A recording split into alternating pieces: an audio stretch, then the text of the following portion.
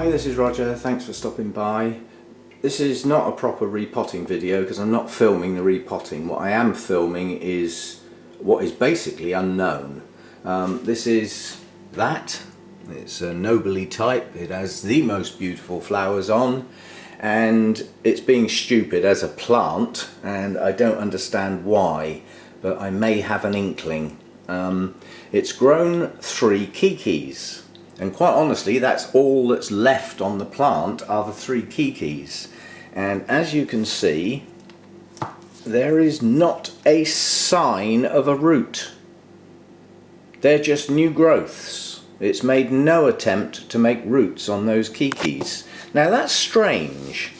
Noblies, in most cases, are not prone to kikis anyway. They push their new growths up from the proper place, down here. But down here may lie the problem. The media's not brilliant. It's not breaking down, but it has got a hell of a lot of moss and type of stuff growing in the pot, which is a bit of a nuisance, which I want to get rid of anyway. But when I watered this, things moved around in the media.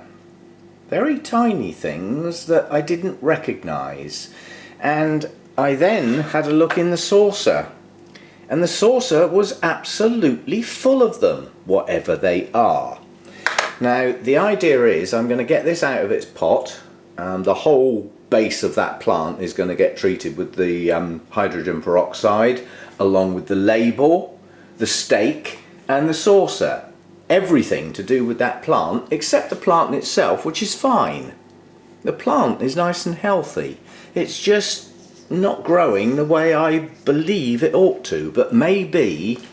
You have to bear in mind nobly hybrids are not only crosses from the original nobly and such hybrids, they do get other things introduced into them, and maybe in its parentage this particular nobly cross has something that is very prone to kikis, and that's introduced that type of growth into this plant. Anyway, I'm going to cut this off, get this media out and see if I can show you these little things, whatever they are, before I kill them. Okay, I've rinsed those roots. I haven't used the hydrogen peroxide yet, and on the surface of it that doesn't look like a bad root system. However, you would notice there are no white roots. But the discoloration on these roots could be in part due to the fact that the media was starting to break down, and bark can release tannins and things that have a coloration to them.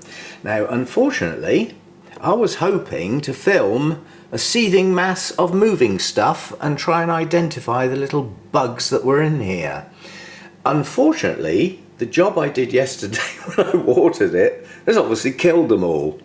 So I'm still going to take the precautions. I'm still glad I took it out of the pot.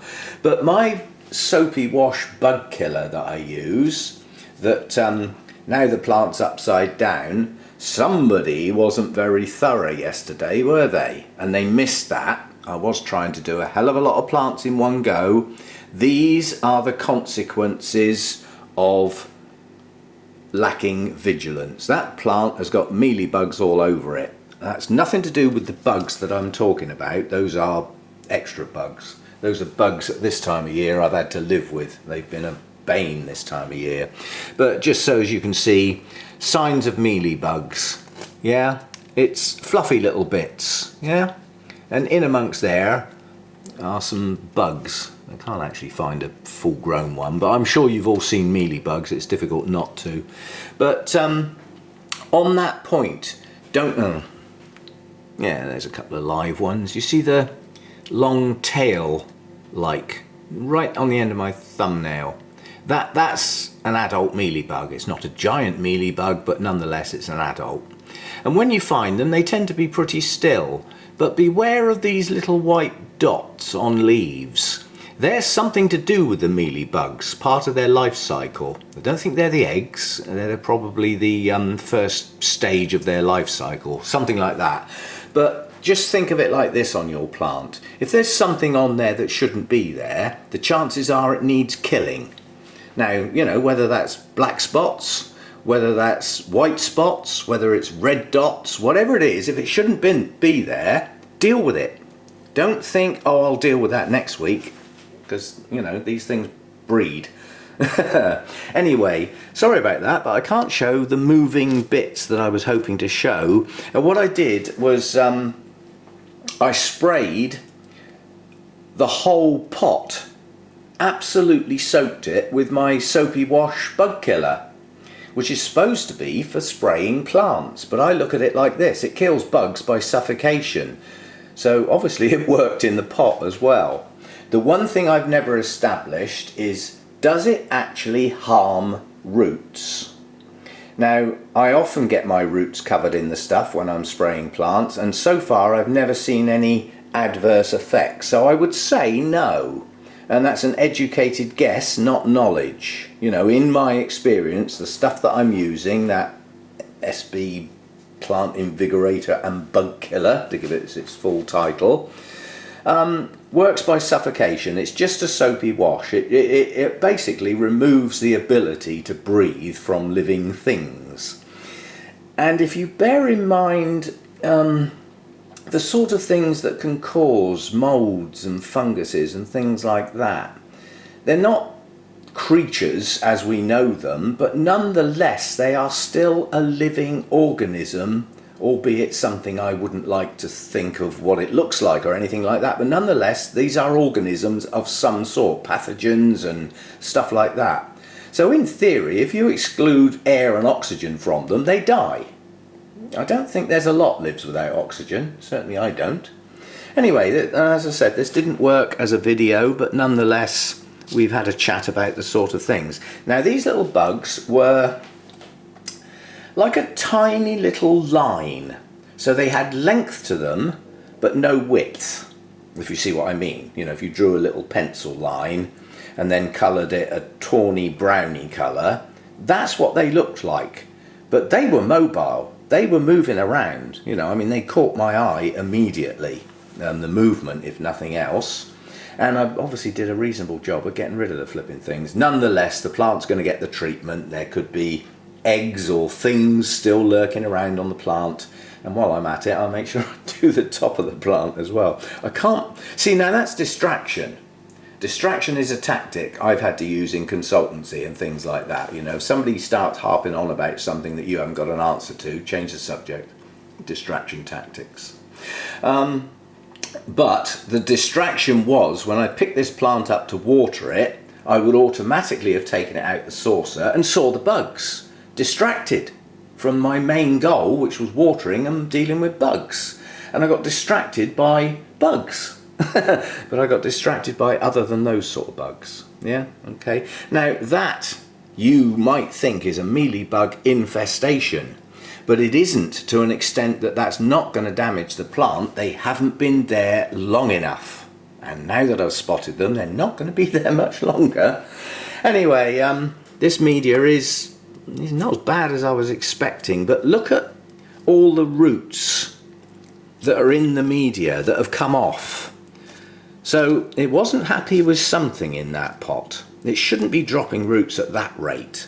And I mean, some of these roots, you know, there's a couple of little wiry ones that have gone, and I may trim a few off. I probably won't bother, because quite honestly that's not a bad root system. So I'll get on and repot it, having used the hydrogen peroxide. And in this case, the fact that I'm going to have to get the spray out to do the root and the base of the plant and the saucer and everywhere else these little things, what unknown, could be lurking, I'll actually use it on the rest of the plant, because I haven't got any fresh of my soapy wash stuff and it's supposed to be used fresh. So I'll use the hydrogen peroxide to kill those little things as well, do the whole lot in one go. Okay, yeah, didn't work really, but nonetheless it's just vigilance. Keep your eye on your plants, don't leave them too long. And now is the worst time of year to neglect your plants. The reason you're possibly neglecting them, certainly in the UK, is the day lengths are getting so short now, the sun is far less frequent, temperatures are probably getting lower, so you're not watering as often. And for me, that probably means I'm not looking at certain plants as often as I would through the summer. So it does give the remaining bugs, those that are still hanging on, a little bit of a chance to get going. But they don't get long. That's the important thing. If I put this plant to one side and neglected those, within another few days, practically every plant around this one would have some mealybugs on it. Because they, they do move. I don't believe they fly. They haven't got any wings. But they move, they crawl around and they get on other plants, so they can spread. So vigilance, be vigilant, keep your eye on your flipping plants, and that for me is bad. But as I said, I have a legitimate excuse. I got a little bit distracted by things moving around all over the place, and I really cannot find one. So I obviously killed the little blighters, but unfortunately that means I'm not now able to truly identify them. The idea was if I could have filmed them, somebody might have been able to help that's seen that sort of thing before. I have seen those sort of bugs before, but it was when I used to keep my plants indoors. And since everything moved out into the grow room, that's the first time I've seen them. And why just on one plant? It's difficult to explain that sort of thing. This plant was in amongst all the others, growing in similar stuff, kept in the same sort of trays, watered in a similar manner. So why did those bugs pick on this particular plant? They must have liked something in this pot. Maybe it was the moss. I don't know. If you think about it, that moss came from somewhere. So the chances are there was some residue spores. I think moss grows from spores, not sure, on the plant last time I repotted it, and it got in the it got in the pot, because most of my pots haven't got moss growing in them. This is active live moss, so it came from somewhere. Anyway, I'll leave it at that. As I said, I was hoping to show you some nasty little bugs that don't appear to have done harm. I mean, they haven't decimated the root system. As I say, there are a few dead ones in here that I'll deal with, clean it up a little bit. Most of these are good roots. They're nice and firm. As I say, they're not white, but that could be staining from, the fact that that was going over a bit. Anyway, I'll leave it at that. That was just a quickie. Didn't quite work the way I wanted it to, but bugs, keep your eye out for them. Be vigilant. Keep on top of the little blighters, or they'll take over. If they were big enough, they'd probably take over the world. And there's a thought. It's a good job we're the big ones. See you again next time. Bye for now. So there we go then, job done.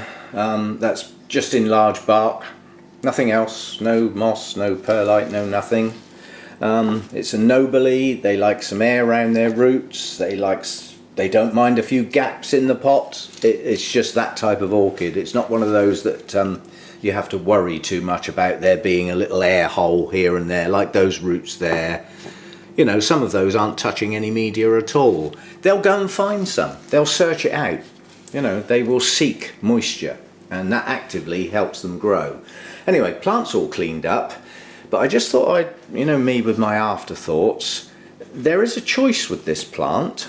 What I could do, some may not agree, is actually very, very carefully tease these sheaths off at the base of the kikis, and that would expose them to air and such. And at that point I could very gently wrap them with some moist sphagnum, and in theory that would encourage the production of roots. But what would I then have? I would then have a plant with 4 totally leafless canes and no new growths. It might not even survive as a consequence, because there's going to be no photosynthesis whatsoever. It might give it a kick in the pants and actually say, well, it's about time I grew some new growths, and now all those bugs are gone, might be a good time. But at the moment, although it doesn't lend itself nicely to standing upright, or it's in the way basically. Wherever I put this, these canes are hanging out sideways. They're a nuisance. But those are the canes that are going to produce the blooms. So if I take them off, they become kikis. They'll have no supporting bulbs, no big fat canes like this to live off of. They would be totally dependent on their new set of roots, which they wouldn't get potted until they had some, and no support bulbs whatsoever. It's going to kick them backwards if I do that, and they will probably take a couple of years to mature and get some new growths of their own, and these canes would then become the support canes. And I'd be looking at a long time before I got any blooms, and the blooms on this are just too good to waste. I mean, there's not a sign of any buds on here, and quite honestly at this time of year on this type of plant there shouldn't be. Yeah, but these canes have probably, certainly that one, produced their last leaf. So that's probably as big as they're going to get. There's a look about a nobly type of cane when it gets to the end of its period of growth. There's just a look about it. You get to know it after a while. And literally there is no sign whatsoever of another leaf coming on those two. That one I'm not sure about. That might put another leaf out. That might be its end. But those are the canes that are going to bloom hopefully next spring. This one was in bloom when I've got it, and it pushed one pair of blooms out following on from that, but that bud was already on the plant when I got it, so I haven't actually produced any buds on this plant yet. It's a nobly type, and because it's an unknown nobly type, for me, I haven't had it long enough, this one will get a rest, so it will get given what's deemed to be the proper nobly treatment. But for now, hopefully bugs gone, some nice fresh media with no moss or anything else in it. I meant the live moss that was in the other pot. So hopefully that will push on now. Whether it'll produce new growths as a consequence, I don't know. But I've deliberately kept the bark away from the base. If those bugs have done any damage around that base, then it could be prone to rot. So, you know, I want that base in the air so that every time it gets watered it dries out fast. And we'll see how it does. I mean, that will come into updates in its later life obviously, but not for a while now. You probably won't see this again till bugs and blooms come next year, we hope. Anyway, a non-bug video, a video about bugs that weren't there, they were already dead. Yeah, daft video really, but anyway, as I said, I was hoping to get a seething mass of bugs when I tipped that out of the pot, but unfortunately I did the job too well yesterday and killed them all. See you again then, thanks for dropping by.